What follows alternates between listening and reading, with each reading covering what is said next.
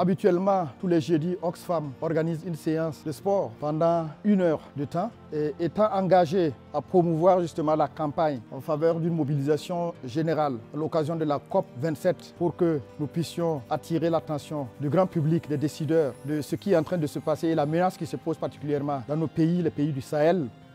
par rapport au changement climatique, aux effets du changement climatique. Nous nous sommes ce soir mobilisés et nous nous sommes mis en uniforme. C'est l'équipe d'Oxfam.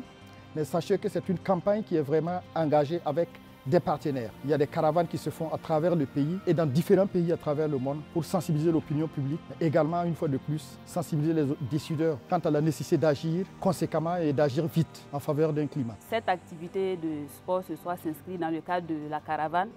engagée depuis plus d'1 mois avec les organisations de la société civile. Et justement, Oxfam et de concert avec ses partenaires veulent à travers cette caravane-là interpeller les décideurs, les partenaires techniques et financiers pour une meilleure prise en compte des préoccupations des communautés, notamment sur plusieurs thématiques, dont la question des pertes et préjudices que subissent nos communautés face au changement climatique et le respect des engagements pris lors de la COP à Paris.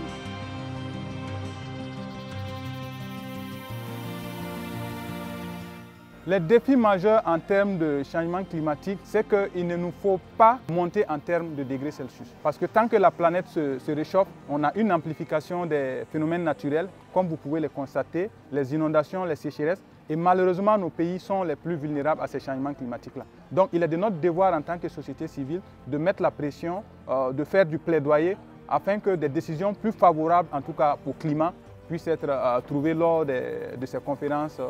sur le climat. Nous savons qu'avec la jeunesse, on peut aboutir à beaucoup de choses, dont surtout les changements de comportement. En tout cas, tous les points que vous avez énumérés font vraiment l'objet de la bataille vraiment du ministère en charge de l'environnement et au SPCNDD, qui est un peu la structure de veille en matière d'environnement, de développement durable, donc des changements climatiques, gestion durable des terres et biodiversité. Et ce matin, nous sommes rassemblés autour d'une grande activité africaine, qui est la caravane africaine sur le climat, qui est une activité qui permet de mobiliser les jeunes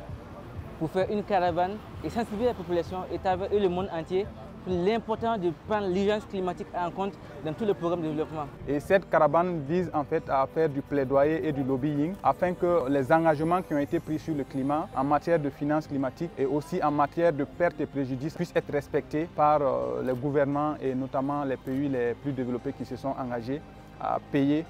pour ce qui est de la finance climat et pour ce qui est des questions de pertes et préjudices liés au changement climatique. C'est une coalition d'organisations de la société civile qui interviennent tous dans le domaine du climat et de l'environnement, plus d'une 50aine d'organisations qui interviennent, que ce soit en matière de formation, que ce soit, il y en a qui interviennent dans le domaine de l'agroécologie, il y en a qui interviennent dans le domaine de l'énergie, voilà, qui travaillent sur les questions de technologie pour améliorer en tout cas les conditions d'adaptation pour ce qui est des changements climatiques. Cette caravane représente un engagement pour sensibiliser la population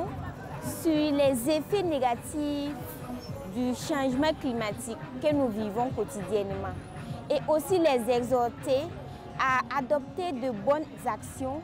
pour atténuer ces effets. Cette activité, d'abord, ça représente pour moi une cohésion sociale et de la consolidation entre la jeunesse africaine. Plusieurs activités sont menées dans le cadre de cette caravane africaine pour le climat, dont cette parade que nous avons aujourd'hui pour remettre ces déclarations à certaines autorités. Mais il y a eu des rencontres de plaidoyer qui ont été menées dans 5 régions, notamment Ouagadougou, Waïguya, Bobo-Dioulasso, Koudougou et Kaya. Et à côté de cela, il y a la conférence nationale des jeunes sur le climat qui va se tenir à partir de demain. Le dernier mot que j'ai lancé au niveau de la jeunesse et aussi des décideurs pour dire que chacun doit apporter sa contribution à des mondes meilleurs, chacun doit être utile à sa communauté.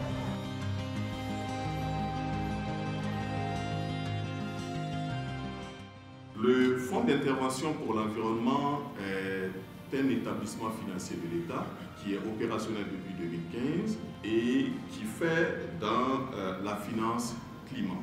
Et je voudrais donc ici rappeler quelques missions du fonds. Le FIE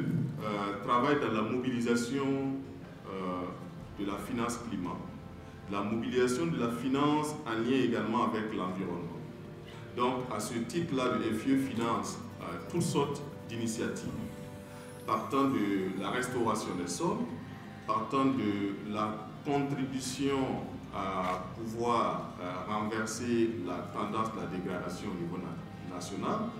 et également le FIE contribue à la création également des emplois verts. Le FIE également travaille dans la réhabilitation des sites miniers, côté d'autres structures comme l'Agence nationale des évaluations environnementales, à pouvoir contribuer à la réhabilitation et à la fermeture des mines. Le FIE également travaille dans tout ce qui est forêt, faune, donc toutes les actions de préservation de la forêt, de la faune également. Le FIE travaille dans cette dynamique. Et à ce niveau-là, nous travaillons avec Oxfam et je voudrais ici remercier cette dynamique de Oxfam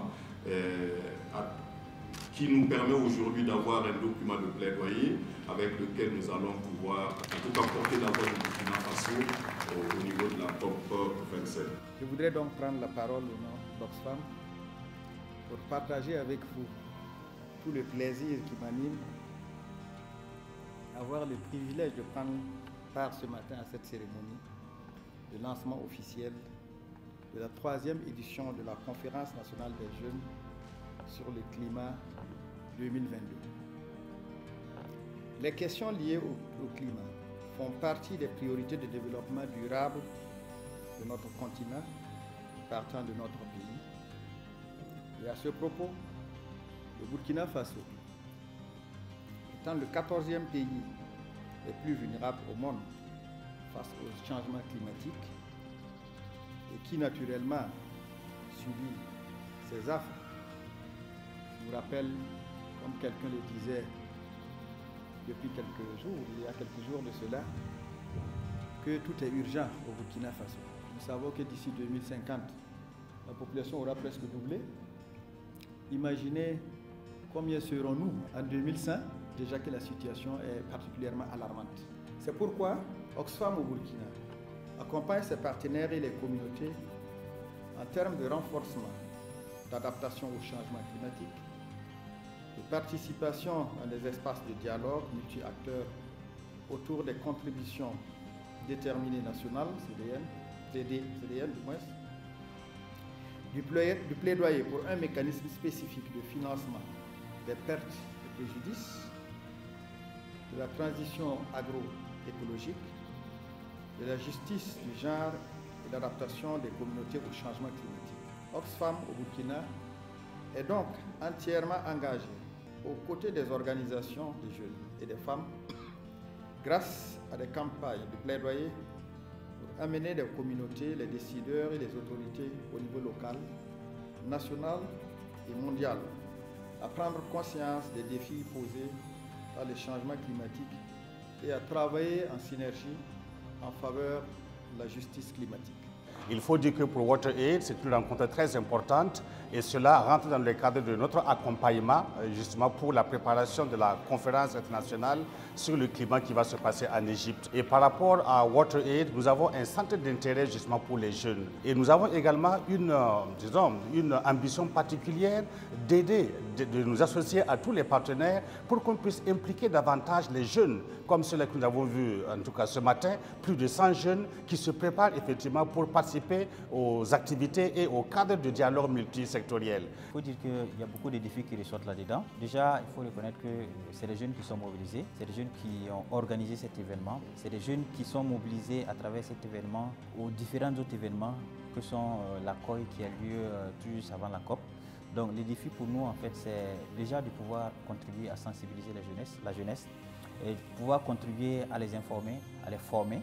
et également pouvoir, à travers cette activité, donner des recommandations fortes qui puissent engager qui de droit, qui puissent engager les décideurs, afin qu'on puisse aussi bien prendre en compte l'importance de l'implication de la jeunesse dans les actions climatiques